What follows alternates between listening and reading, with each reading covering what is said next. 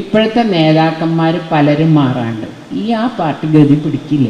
കാരണം എത്രയോ പ്രഗത്ഭന്മാരിരുന്ന സ്ഥലത്താണ് ഇപ്പോൾ ഇരിക്കുന്ന നേതാക്കന്മാർ. ഈ അർഹതയില്ലാത്തവന് കിട്ടിക്കഴിഞ്ഞാൽ അത് വലിയ അപകടമാണ്.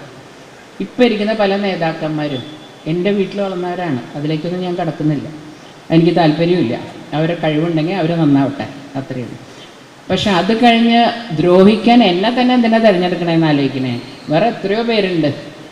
ഇത് അപമാനം സഹിച്ച് ഇത് പാർട്ടിയിലിരുന്ന് എനിക്ക് മതിയായിട്ട് തന്നെയാണ്. പിന്നെ ഞാൻ കുറച്ച് നാളുകളായി മോദിജിയുടെ കാര്യങ്ങൾ പഠിക്കുമ്പോൾ എനിക്ക് തോന്നിയിട്ടില്ല, അതിൽ ഞാൻ കണ്ടത് എൻ്റെ പിതാവിനെ തന്നെയാണ്.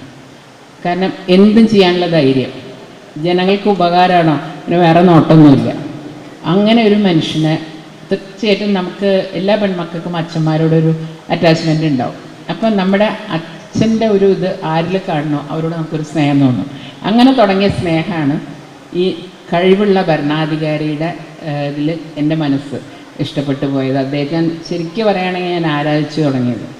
അങ്ങനെയാണ് ഞാൻ ഈ പാർട്ടി. എന്നോട് പലരും ചോദിച്ചു എന്തുകൊണ്ട് ബി ജെ പി എന്നാണ് ചോദിക്കുന്നത്. അതിന് ഉത്തരം ഞാൻ പറഞ്ഞു കഴിഞ്ഞു, മോദിജി. വേറെ ഒരു വാക്കുമില്ല അതിൽ. അദ്ദേഹത്തിൻ്റെ പ്രവർത്തനങ്ങളിൽ ആകർഷകമായിട്ട് തന്നെയാണ് ഞാനിതിൽ വന്നത്. ഞാൻ പറയും, ഇന്നിപ്പോൾ ഞാൻ വന്നത് ട്രെയിനിലാണ്, വന്ദേ ഭാരത്. നേരത്തെ പത്മനാഭൻ ചേട്ടൻ പറഞ്ഞ മാതിരി ആ ട്രെയിനിൽ ഇരിക്കുമ്പോൾ ഞാൻ ആലോചിച്ചത് വന്ദേ ഭാരത് NDA ഗവൺമെൻറ് മാതിരിയാണ്. നല്ല സൗകര്യങ്ങൾ, സമയത്തിനെത്താം, എല്ലാ സൗകര്യങ്ങളും ഉണ്ട്. പക്ഷെ കോൺഗ്രസ് പാർട്ടി ഇപ്പോഴും നിൽക്കുന്ന 5ാമത്തെ 6ാമത്തെ കൽക്കരി വണ്ടിയിലാണ്. കാരണം അത് ഓടില്ല, ഉള്ളവരെ മുഴുവൻ ഇറങ്ങിപ്പോവുക, ആരും കയറുന്നുമില്ല. ആ രീതിയിലാണ് ഇപ്പം കോൺഗ്രസ് പാർട്ടി മുന്നോട്ടേക്ക് പോകണം. എനിക്ക് പിന്നെ ഒരാളെയും കൂടി പറ്റി പറയാനുണ്ട്. ഇവിടെ ഒരു നേതാവ് വന്ന് ഇറങ്ങിയിട്ടുണ്ട്, രാഹുൽ മാങ്കൂട്ടത്തില. അദ്ദേഹമൊക്കെ എങ്ങനെ ഒന്നാമത്തെ കാര്യം നേരത്തെ പറഞ്ഞ മാതിരി യൂത്തുകാരില്ല. അവിടെ ഇവിടെയും പൊട്ടി മുളച്ച് സോഷ്യൽ മീഡിയയിൽ കൂടിയും നേതാക്കന്മാരെ മണിയടിച്ചിട്ടും.